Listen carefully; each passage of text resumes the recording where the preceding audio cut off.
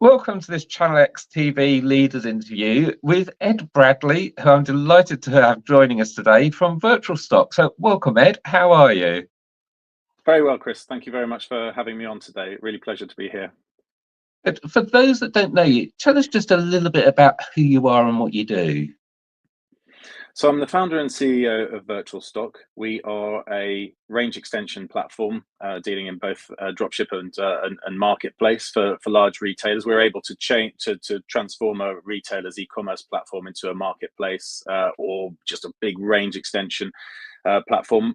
My background is through distribution. I worked in the Asia Pacific region out of Sydney, Australia, and Singapore. I've worked in Dallas and Toronto in the North American markets as well in global distribution. So for many years, and so most of what we did back then was drop shipping on behalf of large retailers. And on the back of that, 20 years ago, set up Virtualstock to allow traditional retailers to compete against the likes of Amazon by offering a much broader assortment of product to offer to their clients. Amazing. So I want to start by looking back at last year. What kind of changes have you seen in the e-commerce market in 2024? And I say e-commerce, obviously, most people that are watching this are interested in different channels like marketplaces, social commerce, etc. But broadly, what have you seen that's changed over the last 12 months? Well, I think the last 12 months have been a real realization moment for a lot of retailers. You know, we've been banging the drum for quite some time now on the fact that as a retailer, you can grow your business one of two ways, really. You can add customers or you can add products. And we help add products to a retailer's e-commerce platform. That message has absolutely landed in the market now. And the debate is no longer whether a retailer should have an extended range of products. It's what range and how to manifest it.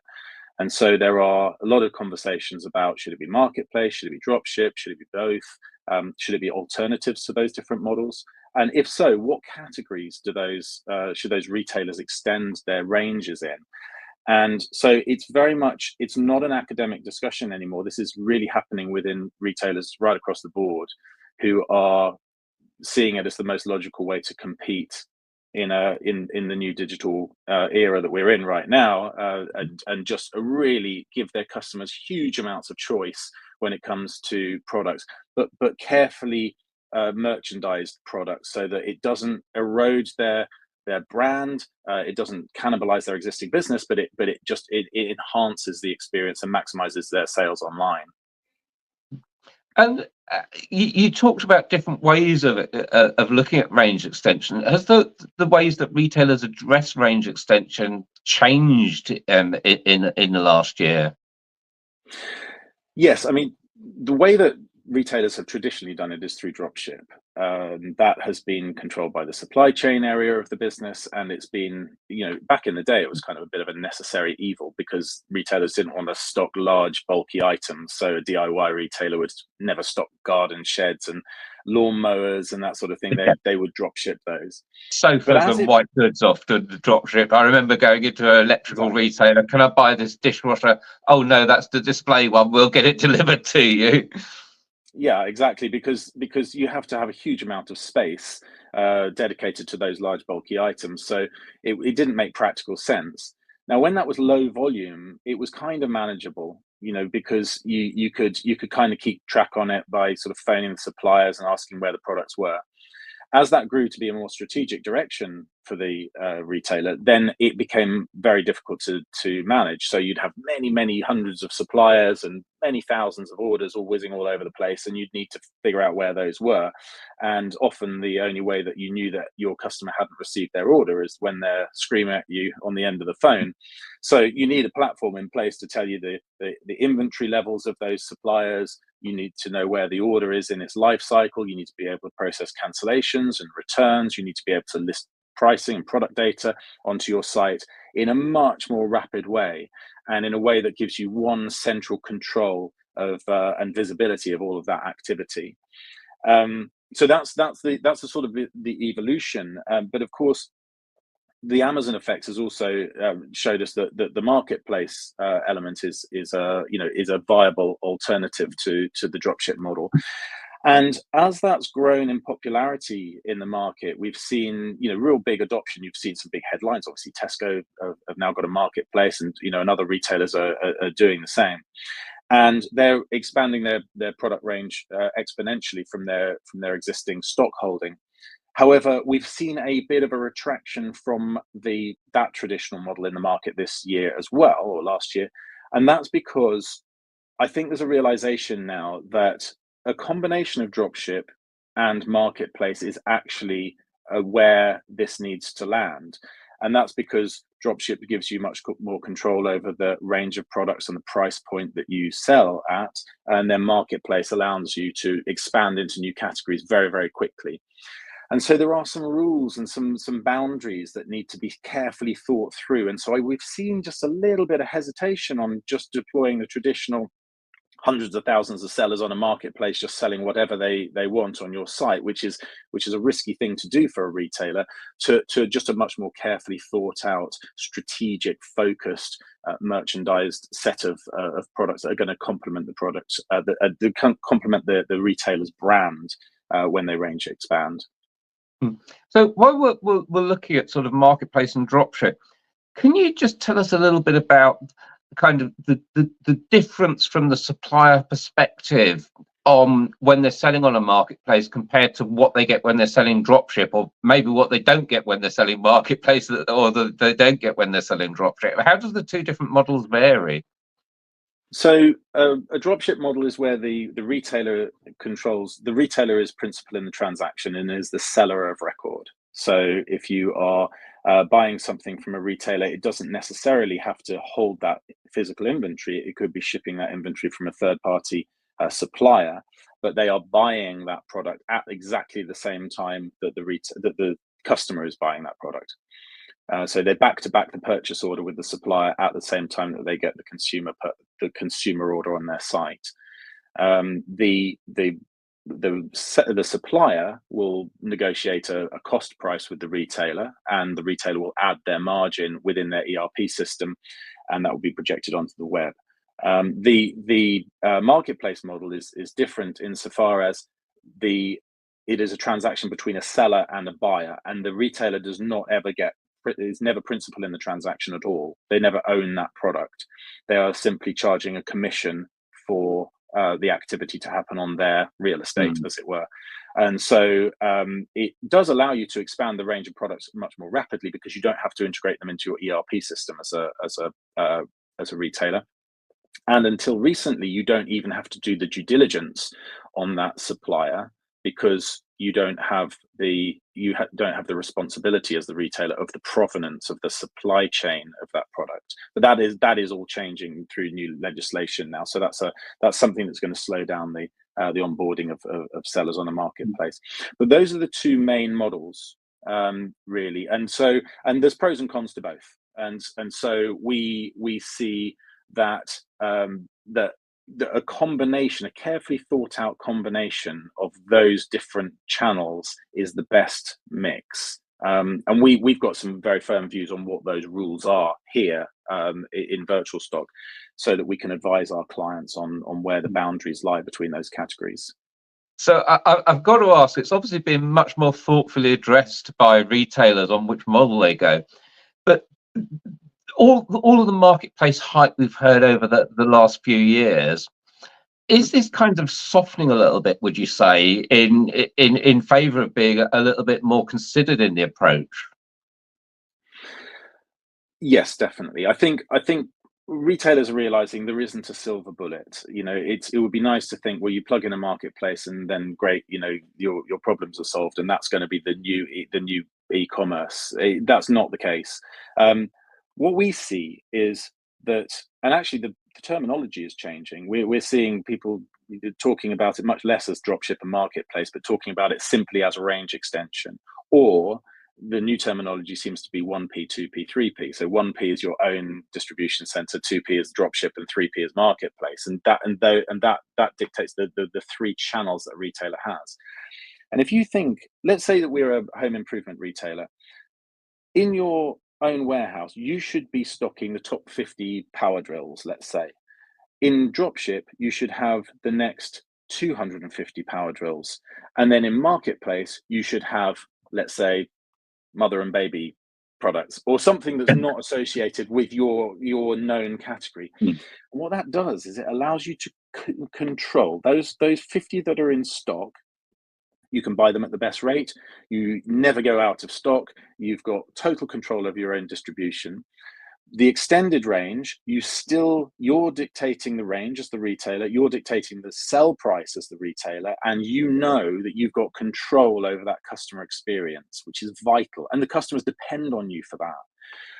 But then extended ranges, where retailers often say we don't have permission to sell, those you can outsource to a marketplace seller. That's okay, because your customer's not reliant on you for expertise in that product category. Now, those three channels should overlap and should move. They should be fluid, particularly between Dropship and your own distribution center. If you see as a retailer something that's not moving quickly enough, or is eating up space and gathering dust in the warehouse, push it into Dropship. And equally, if something's selling really well in Dropship, pull it into stock and buy it at a cheaper rate. And so it should ebb and flow between these three channels all the time. But you've got to be very, very careful as a retailer that you're not cannibalizing your existing business by outsourcing your core product range to marketplace sellers, especially if your model is to have hundreds and thousands of sellers on there, because it's not controllable. And so you really need to always keep control over the products that you are known for and outsource to marketplace those that you are not known for, and you're sort of hedging on new categories. So I think you may have kind of answered this question already, but what rules should a retailer keep in mind with their range extension plans? And you've already suggested that top sellers in stock, the next 50 or 100 dropship, and products that aren't really your core competency marketplace. But are there any other rules? And I'm also thinking about sort of on the marketing plans. I'm guessing if you're drop shipping something and controlling the price and experience, that you should also be thinking about plans for actually marketing these products, maybe in product catalogs, email marketing, everything else that goes on. Yeah, absolutely. I mean, drop shipping is part of a retailer's existing business. Marketplace is an extension to that. That is not their sales. Drop shipping is very, very much the responsibility of the retailer, and should be in every way acted like it is their own core stock. So the delivery times from third party dropship suppliers, all of the SLAs should mirror those that the retailer has imposed on themselves in their own distribution center. The client should not know or care or be aware that it's coming from a third-party seller to the extent possible. But from the retailer's internal perspective, it's just that those delineations of where the boundaries are of the product category mix that's so crucial. I mean, we have seen retailers invite marketplace sellers onto their sites and cannibalize not only existing business but their own branded products, where all the margin lies. I mean, you can make 60-80% margin on own brand. And so if you let a marketplace seller, who are pretty savvy, canny business people a lot of the time, that look for loopholes and opportunities, come in and sell like for like products and just take away that high margin product and substitute it with 10 to 15% commission, then you've got a real profitability issue on your hands. And so it needs to be sort of very carefully controlled between those different channels, but done successfully. One of our clients, Robert Dyas, does drop shipping absolutely beautifully. 80% of their online business is now drop shipped. They have that is huge, and it's really interesting to see how they've gone about it, actually, because if you were to go into a Robert Dyas store, you would probably come out with a kettle and some batteries and a mop or something like that. But if Yeah. you go online, I mean, you can have a total bathroom refit, you can do kitchen refits, you can buy a pool table, you can buy hot tubs, you can buy, so it doesn't even cannibalize their existing physical retail as well. They have a whole different online strategy, and it works really, really well. It works really well. And so without even having gone to marketplace yet, the dropship strategy has allowed them to massively expand their sales online. It's great to hear that drop shipping is still part of the solution, because this is something I know that has been going on for decades, not just for years, but literally for decades. So what are the benefits of dropship beyond kind of offering more selection to customers? So retailers like it because you can recognize the revenue. With marketplace, you can't recognize the revenue. They have a term called GMV, which allows you to sort of see what the volume of sales is, but you can't recognize that. You can't report that to if you're a PLC, you can't report that in your numbers. And so retailers do look for revenue, and they look for the profitability of that revenue. So dropship allows you to push that revenue. It also is more than just sales. It allows you to reduce the stock in your own warehouse, free up the cash. So if you see something that's slow moving, or you profile your inventory in your warehouse and some of it is not moving fast enough, push it into dropship and allow that to free up the cash, but still offer it to your customer. With dropship, you own the customer experience, so that's really key. That is, if the customer phones in with a complaint or where is my order call, it's your business, it's your responsibility as a retailer, and they get very frustrated if you say, well, it's not my business, go and talk to the seller. And so that doesn't work particularly well. And then of course you're in control of the pricing strategy. But then one thing that's also gets overlooked is all retailers go through a slight cash pinch point in the calendar year. There's ups and downs. A lot of retailers are very seasonal. What dropshipping allows you to do is really promote a dropship product at the points where you think you're going to have a cash pinch point, and then you're taking the cash immediately from your online sales, but you're not paying your suppliers within 30, 45, or let's face it, 60 plus days a lot of the time, with a lot of retailers. So you get to pull in the cash, ride out those bumpy cash flow months, and then pay the suppliers in the sort of more lucrative months. So it allows you to spread out that cash flow, cash balance throughout the year, which is something that a lot of our retailers do extremely effectively. So if you've got sort of one killer tip for a retailer regarding range extension, what would it be? Where do you go? So the tip would be this: it is unquestionably the way that e-commerce is going. It is no longer at all acceptable to a customer that you have only the same range of products online that you have in store. That's not enough. It's not enough choice. They like to go on a process of discovery. And so you need to extend the range of products, and you need to do it today. The project does not have to be long and drawn out. It doesn't have to be let's get in, Deloitte and, spend 6 months chin scratching about how we're going to integrate this. It doesn't have to be like that. Technology today, even if you have a legacy set of systems, which all retailers do. All retailers say, "Oh, you've never seen systems like ours." We've seen them all. They are all very, very complex legacy systems. That's okay.